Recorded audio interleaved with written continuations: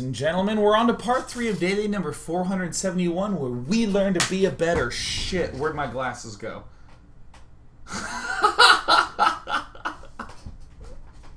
Oh no! This is actually a problem. I am -8 in both eyes. I can't see anything without my glasses.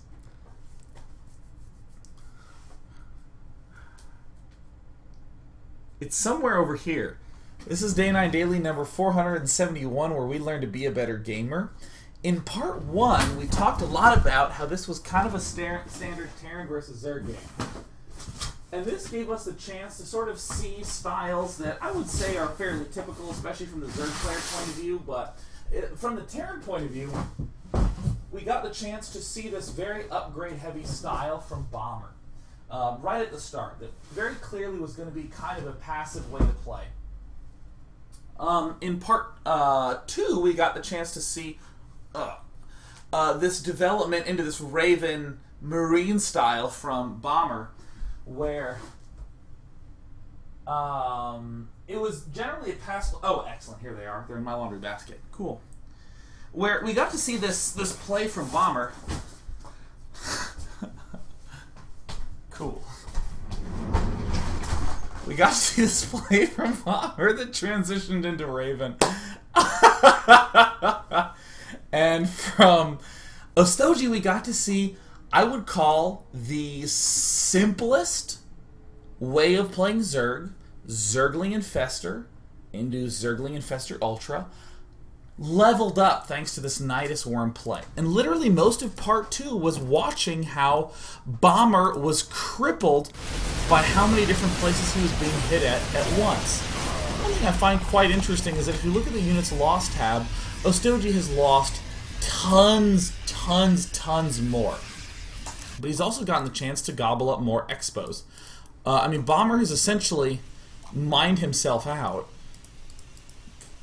almost completely mining out this Southern League expansion. And only these bottom 2 bases really remain. Meanwhile, Ostojiy has basically mined this out, has this one, this center one, and complete freedom to take this, and this bottom one, and this bottom one. This unit's lost actually does not tell us so much. God, I really want to rewatch that where I was like, yeah, and just threw my glasses into the abyss of my room.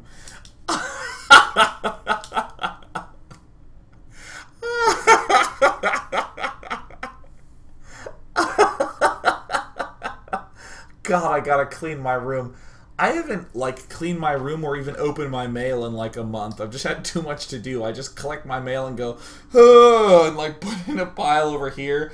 I don't even fold my laundry and put it into the drawers. I just have 2 hampers of clean laundry and a pile of dirty laundry in my closet. And when I've used enough clean laundry to empty one hamper, I pick up the pile of dirty clothes and put it in the clean hamper.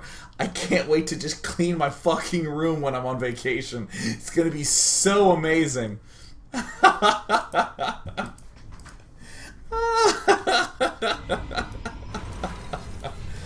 Oh. Excellent. So now we get the chance to see some of the Ravening in action. Completely demolishing almost all of this army from Ostojiy, or at the very least forcing it to retreat very, very rapidly.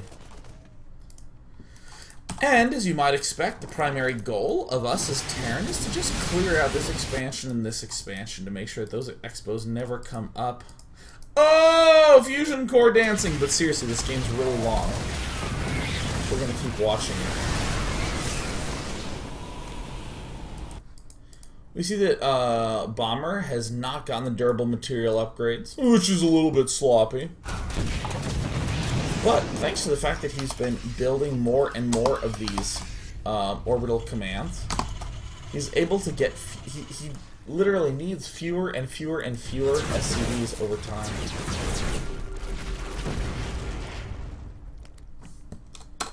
I think that that there's two things Ostojiy needed to adjust in this game, and one was to get these islands up immediately and lock them down. This is one thing that's absolutely ridiculously powerful on this map for Zerg, especially given that Bomber was really unable to deal with this Nydus 1 play. I mean, Ostojiy did an incredible job with that Nydus 1 play. And then upon this mixture of Ostojiy cleaning them up, Ostojiy literally needs to attack right now! It's an orbital. Yeah, there's really no, there's 26 Marines. Did Ostojiy win this game and then follow it up by not winning? Yes, yes he did. And again, I'd like to give a nod to Ostojiy for being able to take Bomber pretty much toe-to-toe with a type of strategy that we just don't see, period. This Nydus network play. This is what really won Bomber the game, the fact that he just took this island uncontested and had so freaking many orbital commands. And it looks like Ostojiy went for the island.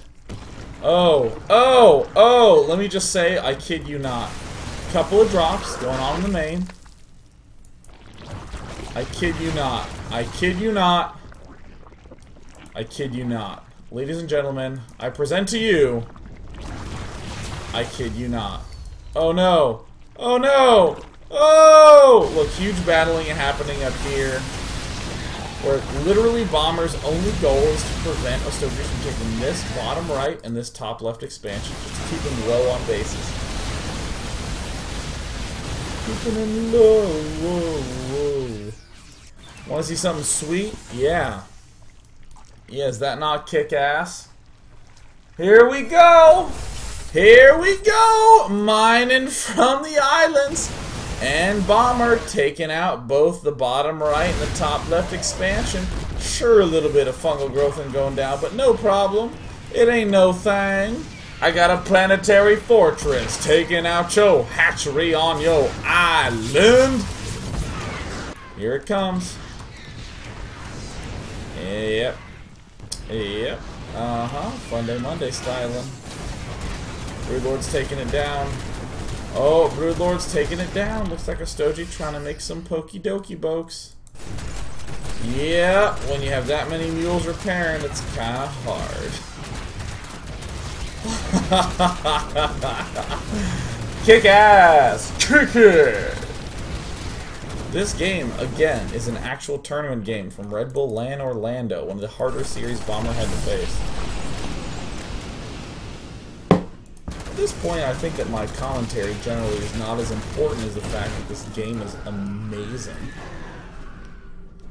And Ostojiy, who was ahead by around 10k resources and 2 bases, is suddenly behind. But Bomber has literally mined out everything and has an island as his only source of income, and one island as his only source of attack as well.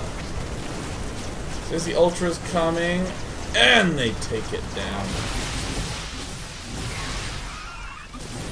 I feel like Ostojiy was perhaps in Ultra Infestor lane a smidge too long, just a skosh too long. And permitting the Terran player to get up these island expansions. I mean, the rate at which mules can mine stuff out is just staggering. Bomber does another cool tactic, which is to spread out the battle cruisers. They're not packed tightly together as the way you would imagine, you know, hell, like in the GSL finals.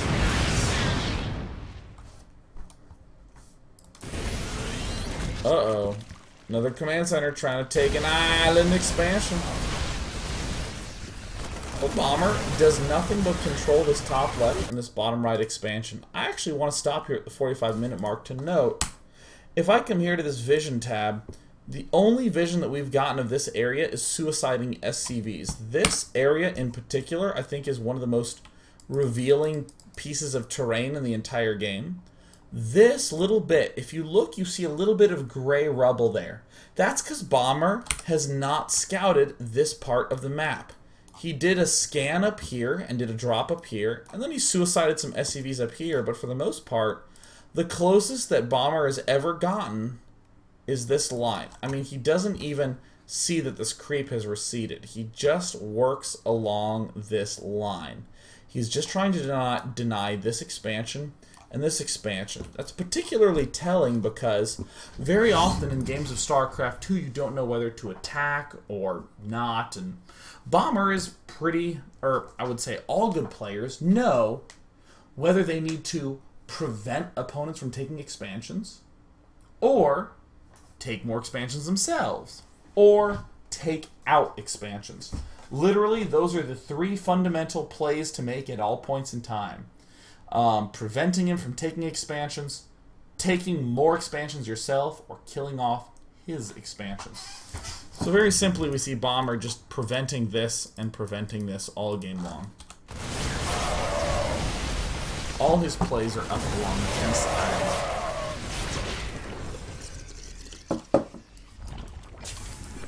And we have another command center. Oh! Oh! Planetary was hatchery. Screw commentary, man. Fuck it, it's Wednesday. Oh, yeah, take it out. Take it out. Everything's attacking. Everything's attacking. Oh, it's going down, says Ostojiy. I'm taking you out, says Ostojiy. Absolutely not, says Bomber. I want my planetary fortress, says Bomber. I'd like to mule it a little bit harder, says Bomber. Income tab about to be opened up. Notice how no player is actually collecting any money. What an incredible game. What an incredible rate of income. What? With 0, 0, 0, 0, 0, 0. Oh, one mining base. He's at 2,800 minerals a minute. Great. Nuel. And Bomber. I mean, as awesome as this game is, let me just note that if you want this commentary, go to day9.tv and look up Bomber vs. Ostojiy, or go to youtube.com/HuskyStarcraft. I believe he has the VODs of this game up as well. You can watch that commentary there. But I will also note this is consistent with the theme of I deny this and this, I deny this and this, and then I win. Bomber's very simple plan took a long time to play out, and all he did was stick to it. Ostojiy, despite having the infested Terran eggs, did not do the Stefano-style maneuver of upgrading everything and getting them to 3/3 ground upgrade, because, hell, if you only do 8 damage per shot, and these good old battle cruisers have 6 armor, you're just not taking them down very fast.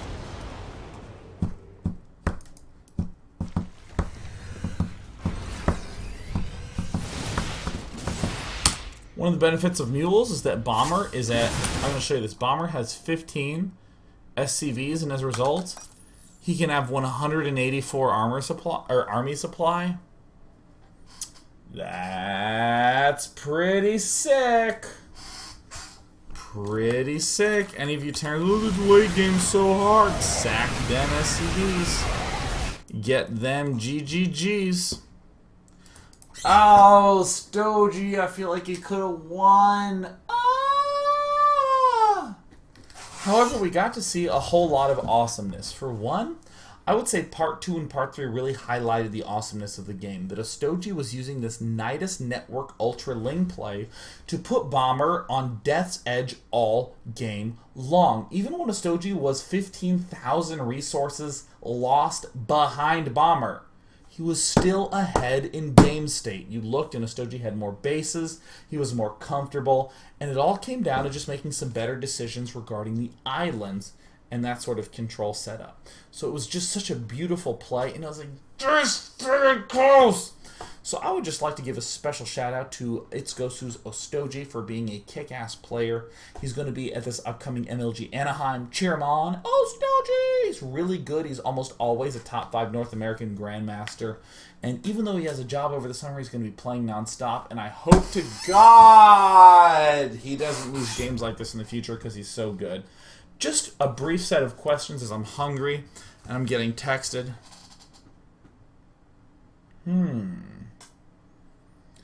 As the questions come in, let me just respond to dinner time. Yeah, come get me. And then I'm putting a happy face. Sound gut. Every time I type goot, G-O-O-T, it auto corrects to sound food.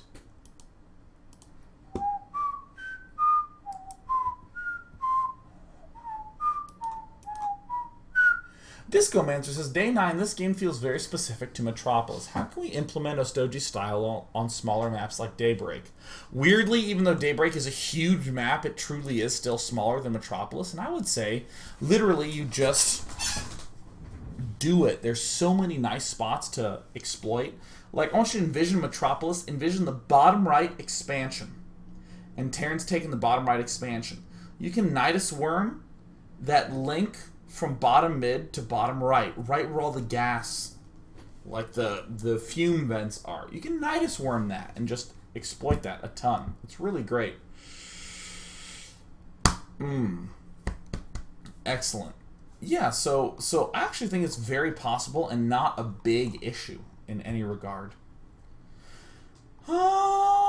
Let's see here. So I Climb Naked says, Day 9, if you go Ling Infestor Ultra like in this game, how do you manage to deal with big, huge Doom drops by Terran Banelings?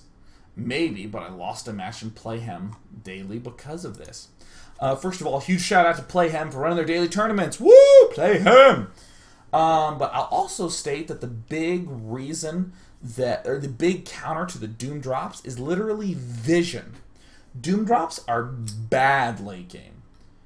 And I use that like as an almost strictly true word. Like it's a bad late game. It's just a not good thing late game.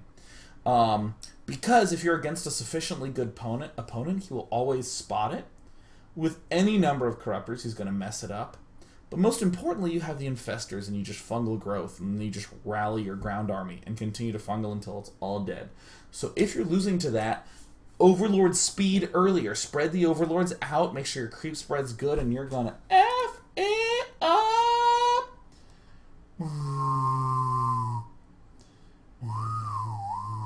Here's a great question from P. Ballity, and of course Omega 068, asking the same thing. How does this type of style work against Protoss rather than a Terran? The big issue I foresee is that with a Terran army, the units are pretty fragile. So, for instance, like Marine, let's just take Marines, basically. Most of what you have as a Zerg player crushes Marine in the late game. So if you're doing all these Nydus drops and Terran suddenly decides, gee golly willikers, I'm going to push. He has the siege tanks, he has to siege that slow his army down, he has the Marines that are very vulnerable to fungal, baneling, all this other stuff. He can't push quite so quickly. Protoss has a much faster death ball with the Blink Stalkers, the Colossi, Immortals, and Sentries.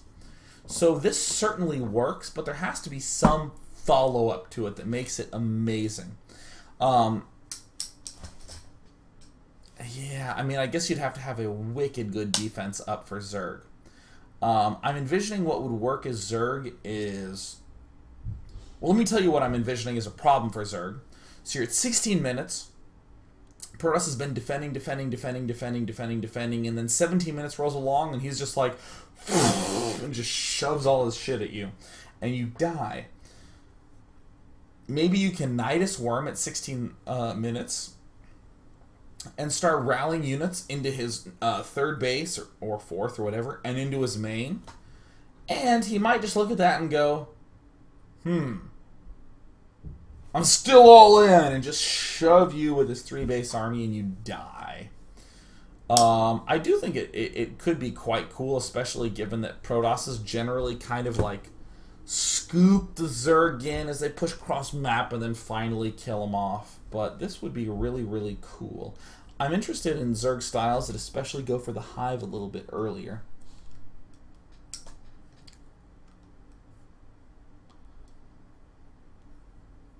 Will it work against Protoss? I don't think if you did roaching. I guess if you did most fast Hive, it would be okay. Well, it also works quite well with Hydralisks, which are amazing units, but they're slow and they suck. getting anywhere. And you just get the Nydus network up and blah, you're doing damage everywhere. Ooh, am I going to get picked up for dinner? Just finished eating. Cool, maybe I'm eating dinner at home today. What the fuck? Hey, we'll go to dinner after the daily. Great, I'll pick you up. Hey, you ready to pick me up? I just ate.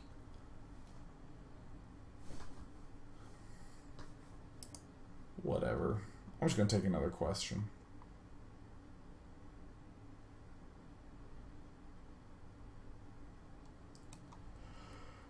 Any questions about this game? Anyone care about this game?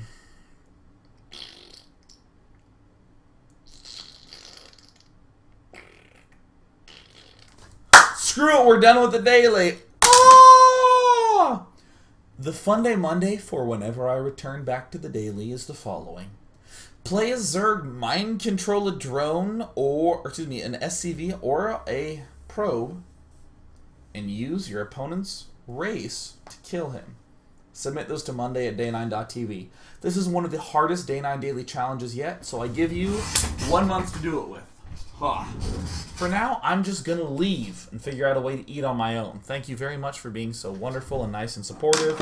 Seriously, I actually genuinely feel guilty about taking a break, but the wonderful team that I work with actually was like, you need to stop or you're going to drop dead from overwork. And I was kind of like, fine, I'll take a break. All spiteful and shit. And I actually genuinely feel like bad, like I'm doing something wrong by taking a break, but like literally everyone in the universe is just flooding me with really nice messages, like, it's okay, have a great vacation, do awesome shit.